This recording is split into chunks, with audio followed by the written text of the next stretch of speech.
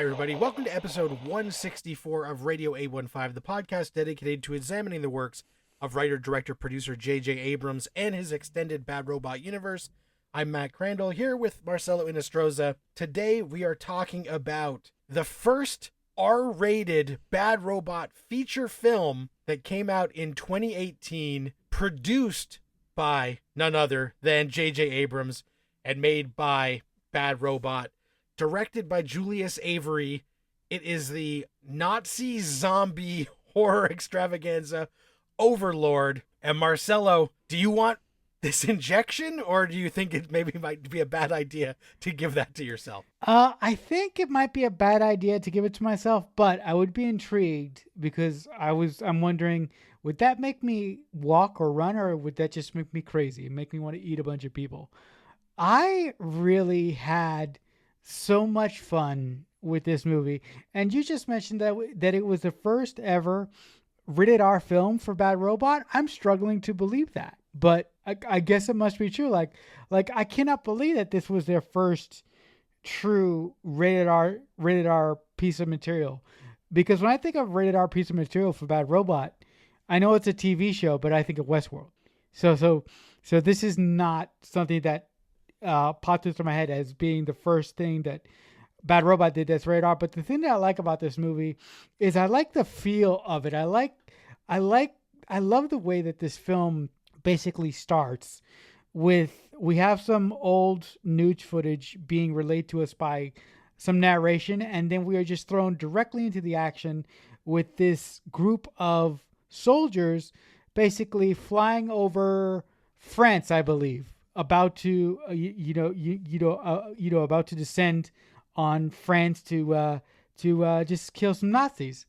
And I love it because it's in an enclosed space, and the direction is so frenetic and so claustrophobic. Like, it was just a really, really, really wonderful opening. Not to mention what happens after we sort of get a really, really quick introduction to most of the main characters that we're going to follow throughout this film.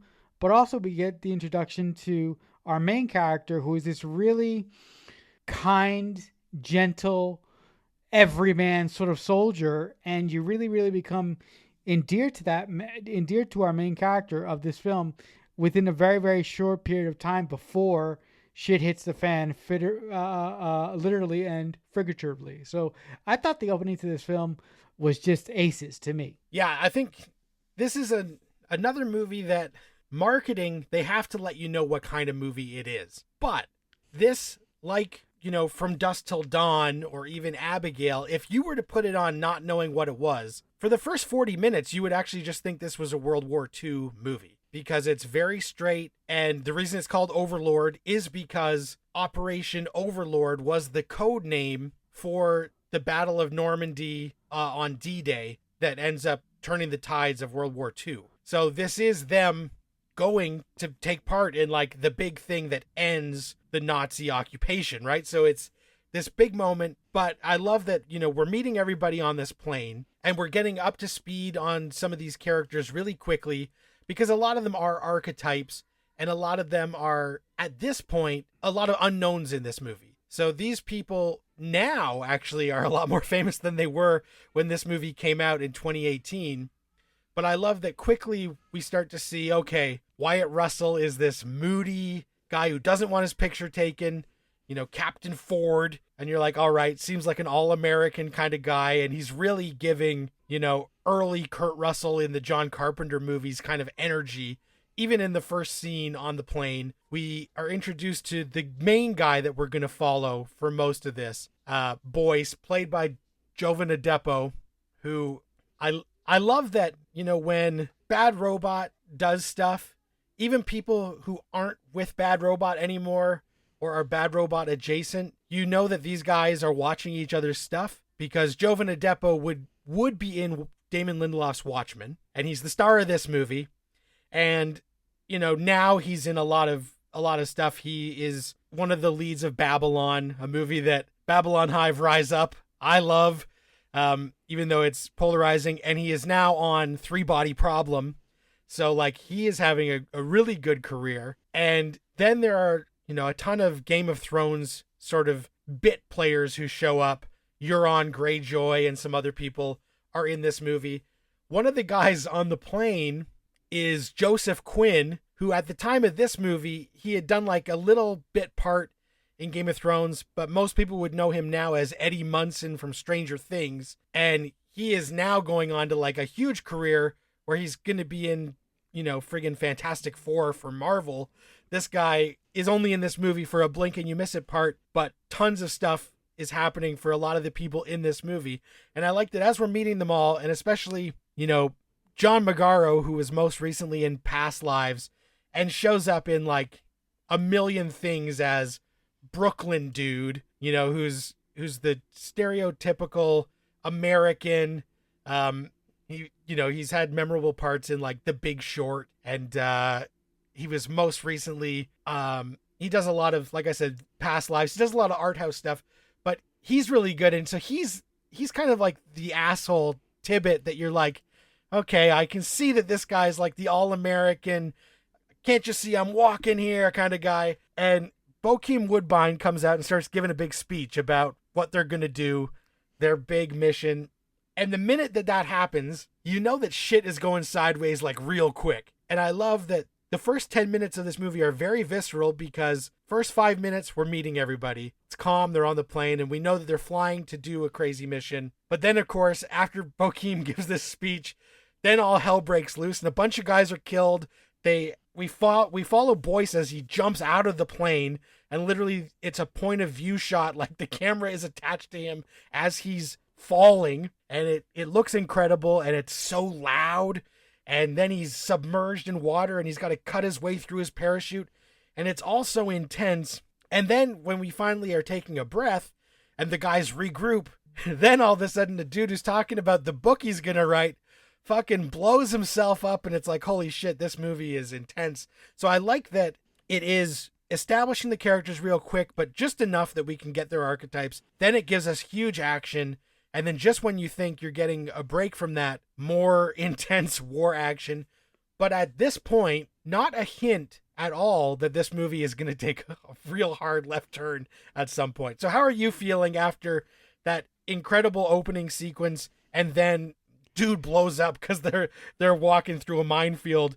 And I just love when Wyatt Russell is like, stay on a straight line, and he's like really taking command of the situation. Yeah, listen, when I saw this movie in the theater, no lie, guys, I knew the turn. But I got so engrossed in the opening sequence that Matt just went over. But to reference that point in specific that he's talking about, when they land and they're walking through the woods, and there's one guy who says he's going to write a book about their experiences, and he's telling the one guy, hey, maybe you could do the pictures, and then he goes, poof. I saw this movie in the movie theater. When that happened, I was not expecting it. It caught me completely off guard, and I almost fell out of my seat. I was like, wait a minute, what the fuck is going on here? And then like Matt just said, when Wyatt Russell sort of takes the control, sort of takes the lead of the soldiers who are remaining, he says, stay on my line, walk precisely to my location by using your bayonet. I thought that was such a cool way to basically say, okay guys, stay on this line. If you go if you go this way or that way, you could have the possibility to blow up. But the great thing that I think that this movie does, especially early on, it really, really gives you a moment of calm in the airplane, like Matt said. But there's a moment that the writer and the director of the film go, okay, we've given you a moment of calm, and now we're going to ratchet. We're going to turn it, and we're going to turn it up, and we're going to give you a moment of reprieve. But we're not going to fully step off the gas. We're gonna keep the momentum going forward. And I really, really, really like that about this movie, because a lot of action movies feel of this specific ilk. A lot of action movies who have this specific structure feel that they need to take a break in between to give the audience a moment to breathe. And I appreciate that this movie doesn't do that. This movie slows down, yes it does, but it never fully lets go of its audience member. And if you are in for the ride, it's a hell of a ride from start to finish, without a doubt. Yeah, it is. And I think, I know there are some people who despise this movie, and it's mostly because What? I'll tell you, like, if you go Okay. onto Letterboxd and you read like the people who don't like it, it's because when it does make the turn, it is so serious up front, and then Oh. it makes this turn, and it gets a little bit goofy, but it's still playing it pretty straight. And I think a lot of those people wish that it is either a little bit lighter or like a little bit more grounded as it goes. But I actually like the balance a lot because Yeah. I like that we're just in this war movie and then shit goes sideways and then it's violent and gross and gory. And I think it is fun as we're watching this because, you know, Nazis, I hate these guys. There is, you can't ask for a more punchable villain that we don't feel bad about watching them get blown up than in this movie. Although it is worth noting that, you know, they went out of their way to make sure we don't see the most famous Nazi symbol, which I really appreciated because that turns off a lot of viewers right away when you see that flag and stuff. So there's not any of that in this movie. They avoid that almost entirely. So that, you know, it is grounded in history, but also because this is it takes a left turn, it can be viewed as like an alternate history kind of thing, right? So it's not like they're presenting this as this could have happened. It's kind of like an Elseworlds kind of deal. You know what this movie reminded me of? This movie reminded me of a movie that JJ would have made when he was a teenager with Matt and the boys, right? And this totally reminds me of a movie that Spielberg would have made in the 80s if he had like an acid trip and if E.T. did badly. He was like, "You know what? Just because that movie with the really cute alien went awful, I'm going to give you guys something really awesome. I'm going to give you Nazis, but I'm going to give you Nazis with zombies from space. I'm going to do something like that." Right. And we look. And also I feel like I need to mention, look, everybody who watches any movie ever is entitled to their opinion, but I personally don't feel that this movie was goofy at all. I felt that, to me, this movie had a consistent tone of, this is really, really, really fucking serious. And even when the turn does happen and we find out the twist of this movie, I felt that it took the materials completely seriously. I did not find this movie funny at all. Like I thought that it was, for me personally, which was fine, right down the middle, and I thought it was the way that it was supposed to be. I wouldn't have wanted levity or cheekiness in this movie because I felt the seriousness that they were taking this, because they were taking the situation so seriously, that helped me as an audience member buy what they were trying to tell me much better than if they were to introduce this thing, but then joke about it and then go back to serious. Well, that's a good point. There is one scene that I do think is played for laughs, and it's jumping ahead a bit, but it's when the dude from Agents of S.H.I.E.L.D. comes back to life after they inject him with the serum. And it's when he sits straight up and he's like, "I'm thirsty." And then he crushes the canteen with his hand. And like in the minute and a half before shit goes really bad, it's kind of played for laughs because he's like realizing like, oh, he's super strong. And they're like, this dude should be dead. And then of course, like when his head flips back and they've got like these gross practical effects going, it's still kind of like darkly comic until they have to fucking blow that guy away because he turns. But that's the only moment that I think they're intending there to be a laugh, because that scene, the absurdity of it is played kind of for the dark humor. Right. But again, and I'm gonna double down on this because it is inconceivable to me how someone could not like this movie unless they were going into the movie expecting something else and totally got something that they didn't want. Because this movie is just a really, really, really high concept B movie to me. Yes. It's a B movie.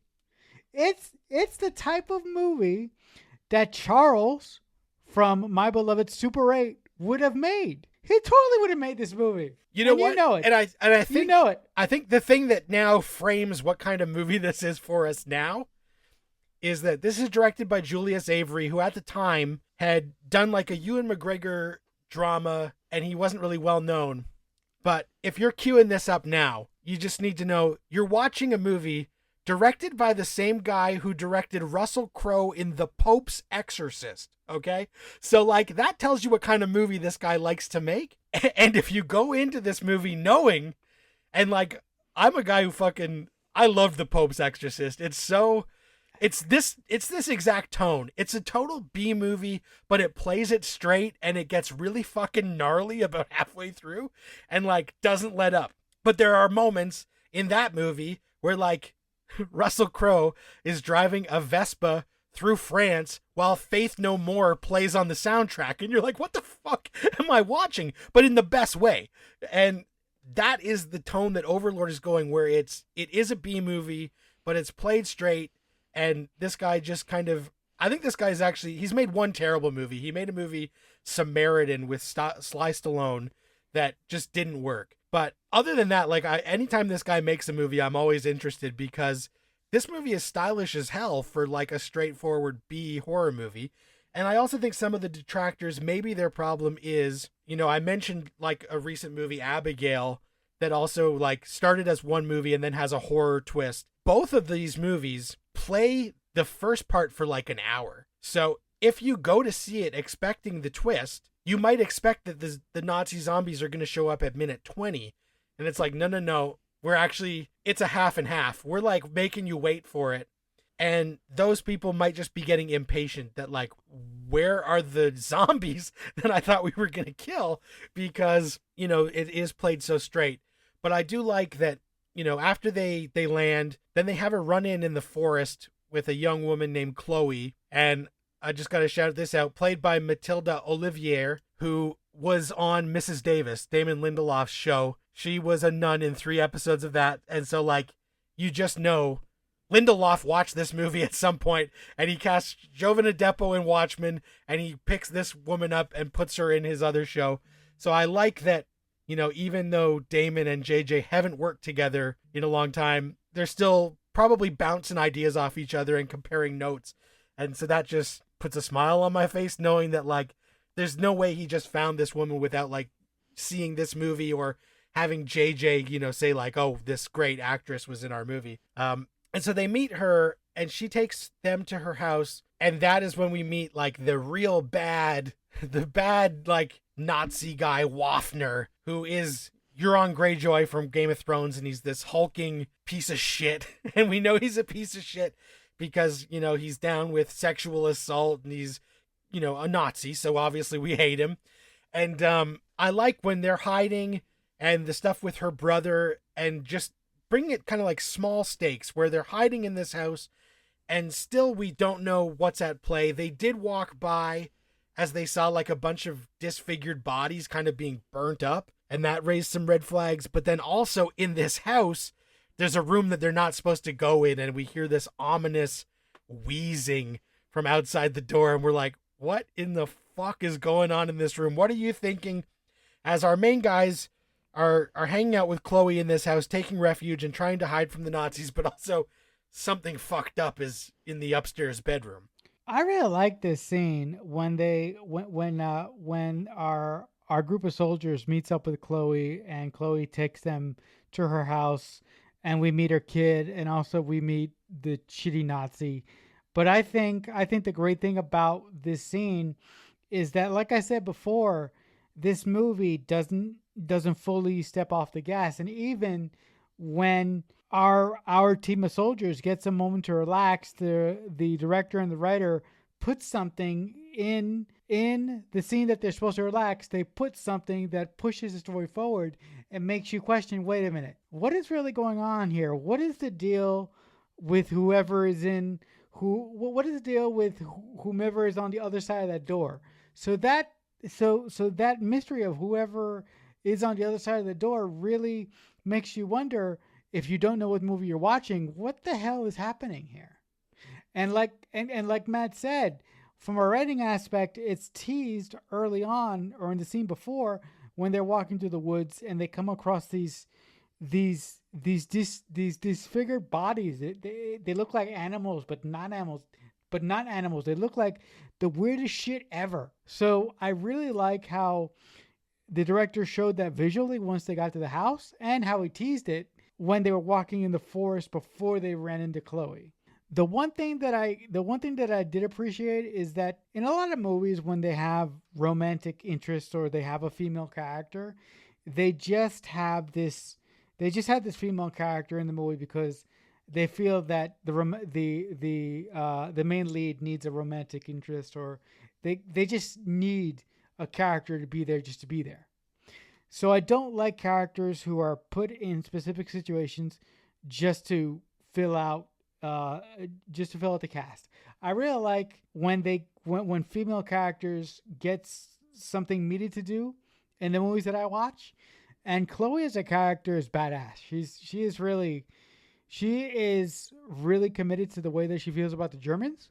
She's really committed to her brother, obviously, but she's just a badass individual, and she's just someone who I feel if I was going through a life and death situation, she's someone that I would want to have on my side. What did you think about her performance in general? Yeah, I think she's great, and I think it is a strong character, and obviously because she's helping the Americans despite the risk to herself and her brother, we like her because she's on the right side of history, right? So it's not like she's a Nazi sympathizer or something who's in this town and being forced to help them. She's actually helping them even though it will be bad for her. And of course, things are going bad when Waffner is basically, saying like, you got to screw me or I'm going to take your brother to that place and do some experiments on him. And our guy's hiding. Boyce can't let this stand. So he intervenes, and then Ford has to intervene, and they end up restraining the Nazi guy and tying him up. And, he's talking about how this is a huge mistake and they're all going to be in trouble. But I like that she is going out of her way and putting her own life on the line for the right thing, which is helping these guys. And so that makes us like her, and she's just charismatic and charming and tough. We know that she's been through a lot, and living in this village must suck right now under the Nazis' thumb, but she's done a good job of hanging in there. And shortly after this is when, so they've restrained the guy, and Boyce, he's out and he's chased, and he hides in a truck bringing dead bodies into the church. And when he gets into the church and under the church is where he starts seeing this big underground base with some real Walter Bishop type shit. Okay. So like, you can't watch this without thinking like, if Walter Bishop was alive and working for these people in this time, this is the kind of stuff he'd be up to, because there's like a weird pit of this black goo that we don't know what it is. We see all the syringes. We see a disembodied head that's talking, saying, make it stop or whatever, like, please make it stop in German, and repeating over and over. And then Boyce finds one of his buddies who has been captured and something has happened to him. He's got this gross thing in his stomach. And I love that it's just like, what in the hell? So this is where, if you didn't know that the movie was taking that turn, when you see a disembodied head still talking, okay, this is a bad robot joint. This is not just some normal thing. And from there is when shit goes weird, because Boyce and his buddy escape through the tunnels and they make it back, and he brings a vial with him. What are you thinking as we come upon this lab? A lot of fucked up shit. And then he brings his buddy back with him, and stuff goes sideways from there. I'm going to be honest with you. The second I saw this lab, I said, Walter would love this lab. They've got syringes. They've got this black goo. They got this poor woman with a fucking android spine talking in German. I'm like, what the fuck is going on here? This is the most like really, really, really cool B-movie bad robot laboratory ever. And I loved every second of it. The thing that I love the most about it is when Boyce comes across his friend that he got separated from early on in the film, and you see that he's hooked up to something when Boyce basically takes this thing off of him, out of him, that it looks like a tube for a giant vacuum cleaner. I really thought that his friend was going to turn bad. I thought that whatever the Nazis were doing to these individuals, they had already done to him. And this guy was a ticking time bomb. He just didn't know it yet. So I was really happy to discover as the film goes on that whatever the Nazis wanted to do with him, they didn't do to him, and just they stuck him with a really, really large vacuum cleaner. But the other thing that I really love about this movie is I love the fact that most of these soldiers who are in the company along with Boyce, they don't want to be there. They're very, very, very okay. I'm only here because I have to be, and they're very, very matter of fact, and they're very, very let's do what we have to do and then get the fuck out of here. But Boyce is not like that. Boyce is very caring. Boyce is very, I need to do the right thing. And that is displayed in spades when something happens a little bit later in the film. But I really like the fact that they made Boyce to be really, really caring and really, really naive to a point. And I really like the way that the writers of this movie made the distinction between everybody else and the way that Boyce looks at the world and what his beliefs are. Yeah, he always tries to do the right thing, even if sometimes it goes bad, which after him and Chase get back from this underground bunker under the church, there's a skirmish where Nazi asshole gets loose and shoots Chase dead.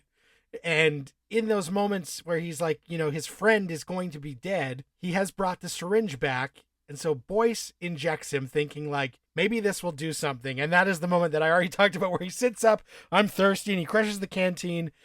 And everybody in the room is like, how the fuck is he still alive? What is happening right now? And shit goes bad because he's aggressive and then his body is changing and they have to blow him away like in epic fashion where they kill him and then they got to kill him again.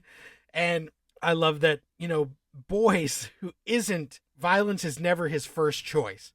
We've seen that like he always would rather do some other way, fucking stomps the shit out of Chase's skull when stuff has gone sideways. And it's a gruesome moment, but it's awesome because it's showing us how dire this situation is, where he thought he could save this guy, and then Chase is like, what did you do to me? And he's realizing like it was the wrong thing, and they have to kill him. And that is when they are realizing, okay, we need to get this radio thing, which is our main mission, to make sure that everything goes fine on D-Day. Like if we don't do this, the tide of the war is not going to turn. So our main mission is still very important. But also, whatever the fuck is going on in this laboratory, we cannot let this stand. We have to actually intervene and hopefully stop this supernatural stuff at the same time. And I love when they are ready to go and they're about to like start their assault. And one of the coolest scenes of the movie is when they have a soldier that they have put a grenade in his mouth and taped his mouth and tied him to the bike. And they send him straight into the gate at the camp. And when the guy in charge of the checkpoint or whatever pulls the tape off this dude's mouth, and then we just see the grenade pin stuck to the tape. It is so satisfying. And then to watch those Nazis all get blown up. And that's the start of like the rest of the movie is going to be action. Action from here on out as they have to accomplish their mission and make sure that these fucked up Nazi experiments don't go beyond this lab, because this is the moment where the tide is going to turn and we can't have zombie Nazi super soldiers fucking up the Allies' plan. One thing that I really appreciate about this movie is that a lot of movies like this would try and explain what the Nazis were trying to do or who's behind it or whatnot. They would waste time with thinking, oh, this is kind of wackadoo crazy, and we need to explain the wackadoo crazy. But I really appreciate that the director and the writers of this movie didn't do that. They go, the people that are going to watch this movie know what kind of movie they're going to watch, and either they're going to be on board with it or they're not going to be. But we're not going to waste any time trying to explain to them how the Nazis got to this. We're just going to explain our premise and we're going to run all the way to the finish line. And I really, really appreciated that. And like you said, at the start of the third act, when they hatched this plan to both achieve their mission, which is to take out the radio tower and take out the laboratory that's conveniently underneath the radio tower, conveniently but fine. It's really, really great, and like Matt said, the moment when they basically strap that Nazi bastard to a bike and they put a grenade in his mouth and they make him drive out to the checkpoint and the tape goes off and you just hear the pin and then you see the pin on the other side of the tape. It's just excellent. If any one of them could go like bad or turn, it was like Wyatt Russell, because like Matt said in the start of this episode, Wyatt Russell was set up to be the Kurt Russell of the group, or the no nonsense guy. So he felt like, to me, the best candidate to go bad and to turn if that was the direction that the writers wanted to do in this movie, which is clearly not what they wanted to do. But he felt like a candidate to me that would be intrigued by the super soldier serum. I like that. Yes, you're right. He is getting his ass handed to him by Waffner, who is now all distorted and mutilated and like jacked up on the serum. And like he basically is like killing Wyatt Russell. And so Wyatt Russell does take the serum, but it's only so that he can help fight back and then once that is over, he says to Boyce, like, you have to go and you have to leave me behind because I'm fucked. I'm going to turn into whatever this shit is. And like, I can't handle that. And I like that he makes the sacrifice where, he tees up Boyce, shoots a canister and blows Waffner up. And then Ford locks himself in the room and says, Boyce, like, you can't come in here. Don't worry about me. Finish the mission because I'm screwed. And I like, because there are moments where we think like, is this guy going to turn? Is he going to have to fight his own friend because of this serum? And I like that we find out that the serum is intended to make like the 1,000-year soldier, super soldiers who can last forever. And it would be horrible if this tech worked and the Nazis were able to actually implement it. And there's also like some weird supernatural stuff where like this black goo has been under this town the whole time, and the Nazis are just using the villagers' bodies to then turn it into this like thing. So there is like a supernatural element at play before the scientific, and I thought that was really cool. And as you said, Wyatt Russell is such a weird performer, because there are moments like in this movie where he does have that energy that his dad had back in the 80s. But then there are lots of times where he's in a movie or a show and they're trying to get that energy and he doesn't have it. And like he, especially in dramas or action, like he oftentimes comes off as kind of entitled and like you kind of don't like him. Now, like in Falcon and the Winter Soldier, you're not supposed to like him. And, him being the new Captain America who goes bad. But like he's good at that role where you're like, I kind of hate this guy. And even on Monarch, where he's playing a young Kurt Russell, you're like, I kind of think this guy's a bit of a tool. But this movie uses him pretty well. I would say what's surprising about him is he's not in very many, but his actual best quality is comedy. So AMC had a great show called Lodge 49 that he was the star of, basically like a Big Lebowski kind of thing. And he was really funny. And also the first time I ever noticed him was in Richard Linklater's movie, Everybody Wants Some. And he was hilarious. He was this dude who, it's like a university college movie. And then at a certain point, somebody realizes that this guy's actually 35 years old and he has to like cut and run like all of a sudden. And Wyatt Russell's hilarious in that. And I find it interesting that, they cast him as like a stand-in for his dad, but that's not kind of the energy he really brings. But this is the movie that really got the most out of going for that angle. And it's partly because this movie itself is in kind of the vein of something like The Thing or those Carpenter movies that Kurt was in. Yeah, just a really quick word on Wyatt Russell. I think the reason why I'm not fully sold on him yet as an actor is because I think he's inconsistent. Because there are roles that I've seen of him where, like Matt said, he does bring that energy, that golden energy that his father has and had. Because Kurt Russell's still the best. I don't care what anybody says. But there are other moments when I'm like, you're just coming off to me as a nipple baby entitled in your dick right now, and I don't like you.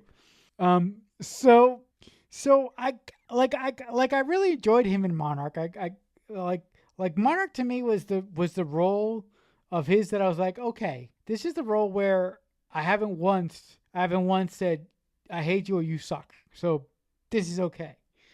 But I really need a bigger sample of his acting to say, okay, I'm a fan of what you do, and I appreciate you and what you try to bring to the screen.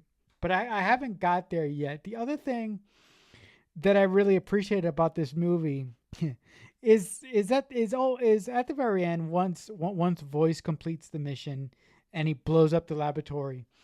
When he goes back to his superiors to report on the situation, what his superior asked him, okay, so I don't understand something. You guys were supposed to blow up the tower, which you did. Why did you blow it up from the bottom instead of the top? And Boyce goes, well, our commanding officer, Wyatt Russell, thought it would be most effective from the bottom. And I really like it when he's about to step out and his commanding officer says, we've heard rumors that the Nazis were working on something kind of funny. And he also in that moment he also was like, if we look under the rubble, we won't find anything, right? And Boyce takes a moment and he goes, no, I don't see why there would be anything under the rubble at all. And Boyce walks off, and then we find out that Boyce and the remaining members of his company, which aren't many, there are like 3 left, are getting assigned to Charlie Company. So they're still in the fight. But I'm like, dude, these soldiers, this entire unit almost was massacred, and you're gonna take the remaining members and still throw them into another company? Why don't you send them home? They've suffered enough. Like, send them home. But I was like, you know what? I get it because I like the last line of this movie when Boyce says to one of the guys who survives, it's the guy from Brooklyn, the actor who Matt says gets cast in everything and speaks like a Brooklynite. Voice says to him, the guy says, with everything that we've gone through, you would think they would send us home. And Boyce goes, the job is not done. And I really like that, despite me just saying that I really wish they would have gone home for all their trouble. But I like the final line of this movie. I really, really, really like that. And it's such a cool, definitive line to end the movie on. I think it's great. And, Brooklyn guy, character actor John Magaro, I like that he steps up and he gets shot helping protect Chloe's brother in like a big shootout near the end. And so we see like he's also a good guy, even though like he's been the most dragging his heels and like, I'm sick of this shit kind of guy the whole movie, but he does the right thing. And then, yeah, after, it's kind of this unspoken thing where you can tell that the guy giving the orders kind of knows that they must have seen some fucked up shit, but he's not going to press the issue. And they are going to stay in the fight. And part of me feels that is just to show that, like, even though this is turning the tide of the war, there was still a lot more war left to go. But also, it left the door open that if they wanted to have made a second movie where, like, these same guys run into like more fucked up shit that they have to deal with in the war, then that door was open. Now, when this came out, it was unfortunately not a hit. The trailers were good. It's got an 81 on Rotten Tomatoes. So like critics actually were picking up what this was putting down. They were on the same page. They knew what it was supposed to be. Part of it, and this is bizarre, it was supposed to come out at Halloween in 2018, and then they pushed it 2 weeks and it didn't come out till November 9th, which is, I don't know why studios do this for some movies. And the same thing happened to Mike Flanagan's Shining sequel, Doctor Sleep, where it was supposed to come out in time for Halloween, and then Warner Brothers pushed it to same time frame, a week into November, and it flopped as well. But if you had bumped both of these movies up 3 weeks, I think like the Halloween crowd goes for it. Now in 2018, the problem was Jamie Lee Curtis was in the Halloween sequel reboot that came out mid-October. And so I think Paramount got scared because the buzz on that first David Gordon Green Halloween coming out of the world premiere at TIFF that I was at, patting myself on the back for being at it, was that the movie was going to be like a huge hit, and it was. And so I think maybe they thought like Halloween was going to eat their lunch, and so they bumped the movie 2 weeks, but it ended up just getting lost in the shuffle because of that, because nobody wants a horror movie right before Thanksgiving. Like, it just, for the most part, unless it is a Thanksgiving themed horror movie, which we got last year, it's not going to play. So this movie had a $38 million budget before marketing. Its final like worldwide gross was $40 million. So it didn't do very good. Now I think home video, it actually has done like okay, and it has a cult following now, but it was a well-respected movie. I saw it at a different Toronto film festival called Toronto After Dark, and it had its big Toronto premiere a few weeks before it came out. So I saw it like before it came out, and like the crowd loved it. It played, it was a sold out auditorium, and people were hooting and hollering. We all got Overlord syringes on the way out. So I've got like it's a pen, but it's a syringe of the serum that they use that I've got here. Sometimes at those film festivals, you know, producers or directors show up. They obviously, J.J. Abrams is too high profile. He didn't show up, but him and Julius had made a video that they sent introducing the movie to our audience and stuff. So that was kind of cool. Yeah, it's just a shame that this didn't hit. And I think it's one of those things where you place the big bet. We're going to mash up two genres.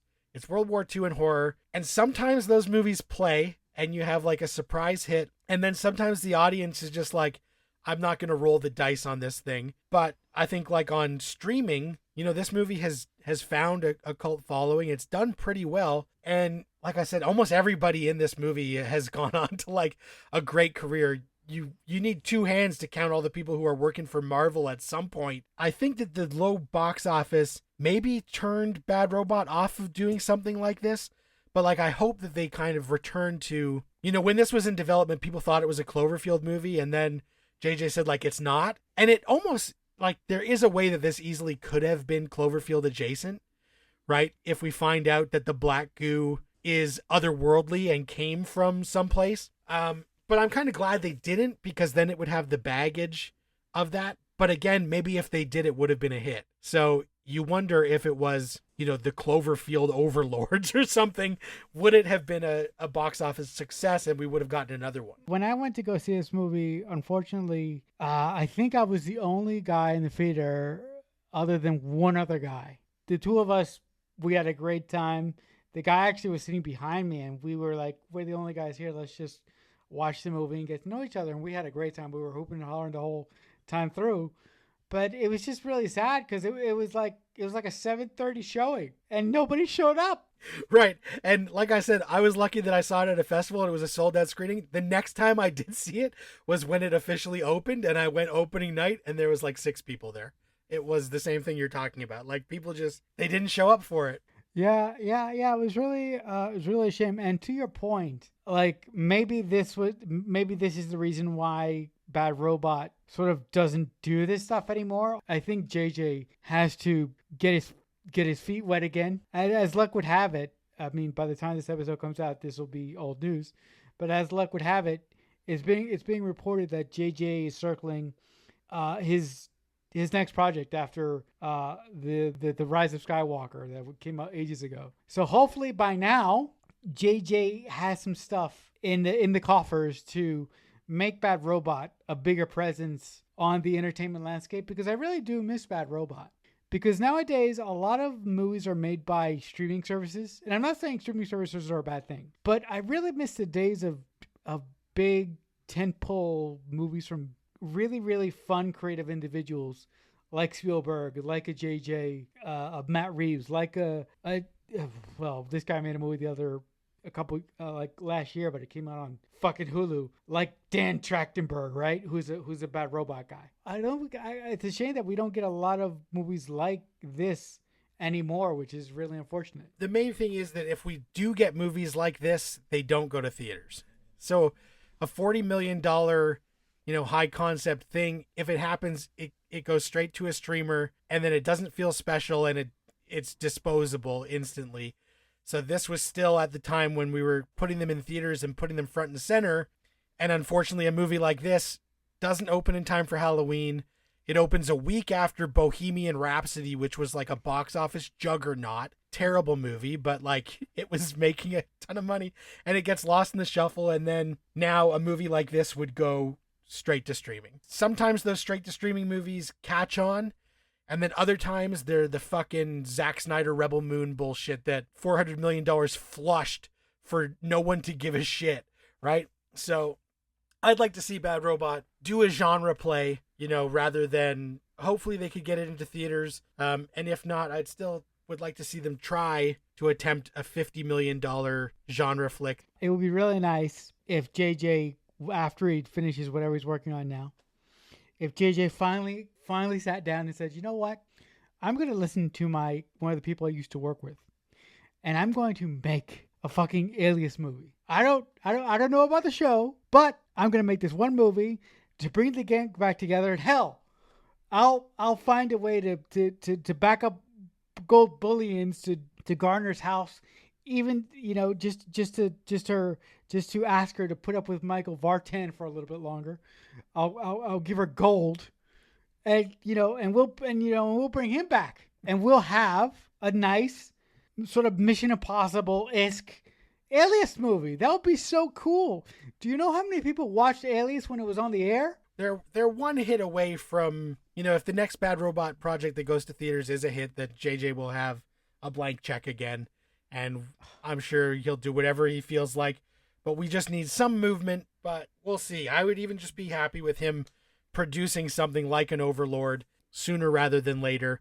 But that is Overlord, the 2018 horror movie that if you haven't seen, give it a shot because it rocks. Like, just know that you're in for something weird and cool and have a good time with it. If you guys want to get in touch with us, you can let us know by tweeting on X using the hashtag Radio815 or adding us, JJUniverse815. If you send us a comment, we'll read it on the show. I am not anywhere except Letterboxd. I am at MDC3000 on Letterboxd if you want to log some movies. Apparently, since this came out, I have logged Overlord 4 times. So yesterday was my 4th watching, which, the 2 in theaters, and then when I bought the 4K, I'm sure I watched it when I first got it, and then I watched it again for this. So that's up there.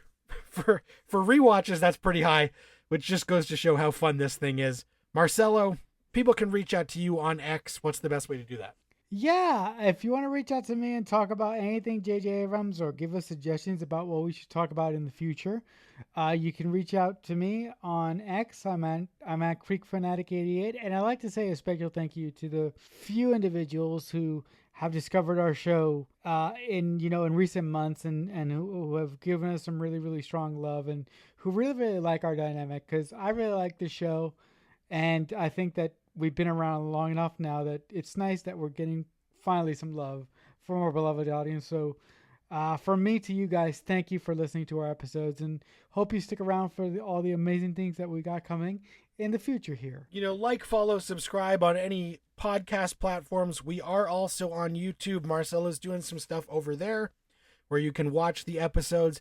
You can also track Marcelo's personal YouTube where he's got some TV reviews.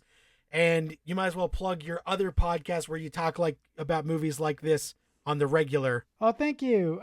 Yes, well, I do have another podcast where I talk about movies exclusively from a writer's perspective.